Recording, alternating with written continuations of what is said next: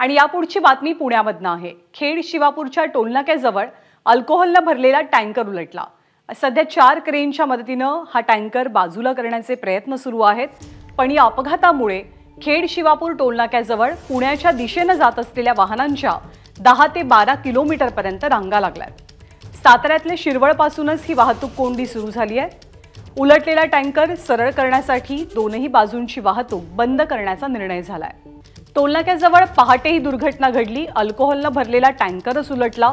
हा टँकर रस्त्याच्या मधोमध आहे। तो हटवण्यासाठी 4 क्रेन्सची मदत घेतली जाते, पण जोवर हा टँकर आता बाजूला केला जात नाही तोपर्यंत दोनही मार्गांवरची वाहतूक सुरू होणं जरा अवघडच आहे।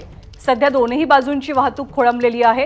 पुण्याकडे येत असाल तर जास्त अडचणींचा सामना करावा लागतोय, कारण पुण्याच्या दिशेने अगदी शिरवळपासूनच ही वाहतूक कोंडी सुरू झाली आहे। 10 ते 12 किलोमीटरपर्यंत वाहनांच्या लांबच लांब रांगा लागल्यात।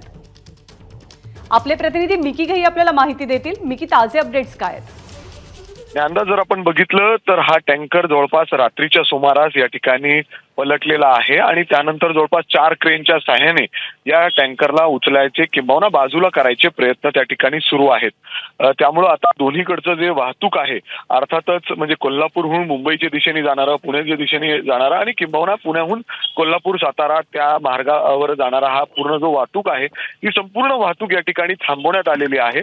आणि आता जर आपण बघितलं तर जवळपास 10 ते 12 किलोमीटर लांबच लांब वाहनांच्या रांगा त्या ठिकाणी पाहायला मिळत आहेत, जे सकाळपासून मुंबईच्या दिशेने निघालेले आहेत। कामानिमित्ताने ते जवळपास 1.5 ते 2 तास या वाहतुकीमध्ये अडकून पडलेले आहेत। किंवा अजून किती वेळ लागेल या टँकर उचलून बाजूला व्हायला हे अजून देखील स्पष्ट झालेलं नाहीये, कारण तो टँकर संपूर्ण भरलेला आहे आणि त्यामुळं जे उचलून त्याला क्रेनच्या सहाय्याने बाजूला करायला खूप मोठ्या अडचणी त्या ठिकाणी येत आहेत।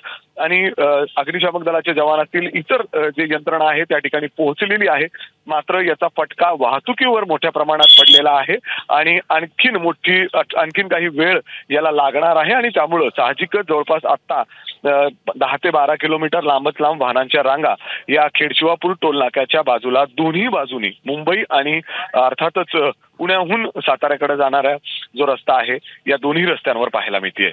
मिकी, धन्यवाद। ताजी माहिती वेळोवेळी जाणून घेत राहू। एबीपी माझा, उघडा डोळे बघा नीट।